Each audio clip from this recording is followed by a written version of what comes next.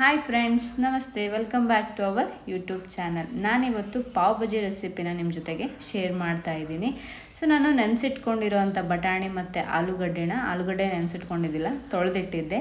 So ಅದನ್ನು cooker ಪ್ಯಾನಲ್ಲಿ ಹಾಕಿ ಒಂದು 5ರಿಂದ 6 whistle ಕೂಗಿಸ್ಬೇಕು. Next ಒಗ್ಗರಣೆಗೆ ನಮಗೆ ಕ್ಯಾಪ್ಸಿಕಮ್ ಬೇಕು, ದಪ್ಪ ಕ್ಯಾಪ್ಸಿಕಮ್ ಕಟ್ ಮಾಡಿ ಇಟ್ಕೋಬೇಕು. 2 ಈರುಳ್ಳಿ, ಟೊಮೆಟೊ ಹಣ್ಣಿನ ಕೂಡ ಅದನ್ನು ಬೇಯಿಸಿ ರುಬ್ಬಿಟ್ಕೊಂಡ್ರೆ ತುಂಬ ಚೆನ್ನಾಗಿರುತ್ತೆ. ಸೊ ನಾವು ಒಗ್ಗರಣೆಗೆ ಇದನ್ನು ಸಾಸಿವೆ ಮತ್ತು ಜೀರಿಗೆ 2 ಸ್ಪೂನ್ ಎಣ್ಣೆ ಹಾಕ್ಕೊಂಡು ಅದನ್ನು ಸಾಸಿವೆ ಜೀರಿಗೆ ಒಗ್ಗರಣೆ ಹಾಕಿದೆ. ನೆಕ್ಸ್ಟು ಶುಂಠಿ ಬೆಳ್ಳುಳ್ಳಿ ಪೇಸ್ಟನ್ನು ಕೂಡ ನಾನು ಒಗ್ಗರಣೆಗೆ ಹಾಕಿದೆ, ಸ್ವಲ್ಪ ಘಮ ಬರುತ್ತೆ ಚೆನ್ನಾಗಿ ಅಂತ. ಅದಾದಮೇಲೆ ನಾನು ಒಂದು 5 ನಿಮಿಷ ಆದಮೇಲೆ ಕ್ಯಾಪ್ಸಿಕಮನ್ನು ಹಾಕಿದೆ. ಕ್ಯಾಪ್ಸಿಕಮ್ ಫ್ರೈ ಆದ ತಕ್ಷಣ ಈರುಳ್ಳಿ ಮತ್ತು ಕರಿಬೇವು ಆವಾಗಲೇ ಒಗ್ಗರಣೆ ಹಾಕೋದು ನೆನಪಾರಿದ್ದೆ, ಸೊ ಅದ್ರ ಜೊತೆನೇ ಹಾಕ್ಕೊಂಡೆ. ನೆಕ್ಸ್ಟ್ ರುಬ್ಕೊಂಡಿರೋಂಥ ಟೊಮ್ಯಾಟೊವನ್ನು ಕೂಡ ಇದಕ್ಕೆ ಆ್ಯಡ್ ಮಾಡಿಕೊಂಡೆ. ನೆಕ್ಸ್ಟು ಅದಾದಮೇಲೆ ಕುಕ್ಕರಲ್ಲಿ ಬೇಯಿಸಿಟ್ಟಿರುವಂಥ ಆಲೂಗಡ್ಡೆ ಮತ್ತು ಬಟಾಣಿಯನ್ನು ಸ್ಮ್ಯಾಶ್ ಮಾಡಿ ಚೆನ್ನಾಗಿ ಅದನ್ನು ಕೂಡ ಆ್ಯಡ್ ಮಾಡಿದೆ.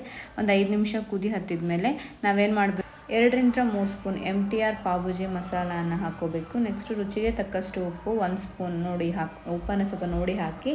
ಅದಾದಮೇಲೆ ಖಾರ ಪುಡಿ ಹಾಕ್ಕೋಬೇಕು 2ರಿಂದ 3 ಸ್ಪೂನ್. ಖಾರ ಬೇಕಂದರೆ 3 ಸ್ಪೂನಿಂದ 4 ಸ್ಪೂನ್ ಹಾಕ್ಕೋಬೋದು. ಲಾಸ್ಟಿಗೆ ನಾನು ಏನು ಮಾಡಿದೆ, 2ರಿಂದ 3 ಸ್ಪೂನ್ ತುಪ್ಪನ ಹಾಕಿ ಸ್ವಲ್ಪ ಕುದಿಯೋಕ್ಕೆ ಬಿಟ್ಟೆ. ನೆಕ್ಸ್ಟ್ ಬನ್ನನ್ನು ನಾನು ತೊಗೊಂಬಂದಿದ್ನಲ್ಲ ಬೇಕರಿಯಿಂದ, ಅದನ್ನು ಅರ್ಧ ಕಟ್ ಮಾಡಿಕೊಂಡು ಬಟರ್ ಹಾಕ್ಕೊಂಡು ನಾನು ಫ್ರೈ ಮಾಡ್ಕೊಳ್ಳೋಕ್ಕೆ ಹಂಚಿಗೆ ಇಟ್ಕೊಂಡೆ. ಬಟರ್ನ ಮೇಲೆ ಹಾಕ್ಕೋಬೇಕು, ಒಳಗಡೆನೂ ನೀವು ಅಪ್ಲೈ ಮಾಡಬೇಕು. ಬೇಕಂದರೆ ಮಿಡಲ್ ಖಾರ ಪುಡಿ ಹಾಕ್ಕೋಬೋದು, ಚೆನ್ನಾಗಿರುತ್ತೆ. ಸೊ ಅದಾದಮೇಲೆ ನೆಕ್ಸ್ಟ್ ಏನು ಮಾಡಿದೆ, ಒಂದು ಬಟ್ಲಲ್ಲಿ ಗ್ರೇವಿಯ ಸೇವ್ ಮಾಡಿಕೊಂಡು ಚಿಕ್ಕದಾಗಿ ಹೆಚ್ಚಿರೋಂಥ ಈರುಳ್ಳಿ ಮತ್ತು ಲೆಮನ್ ಹಾಕಿ ಸರ್ವ್ ಮಾಡಿದೆ. ಸೊ ಈ ಡಿಶ್ ನಿಮ್ಗೆ ಇಷ್ಟ ಆಯಿತು ಅಂದರೆ ನನ್ನ ಕಮೆಂಟ್ ಬಾಕ್ಸಲ್ಲಿ ಹೇಗಿದೆ ಅಂತ ತಿಳಿಸಿ ಫ್ರೆಂಡ್ಸ್. ಬಾಯ್.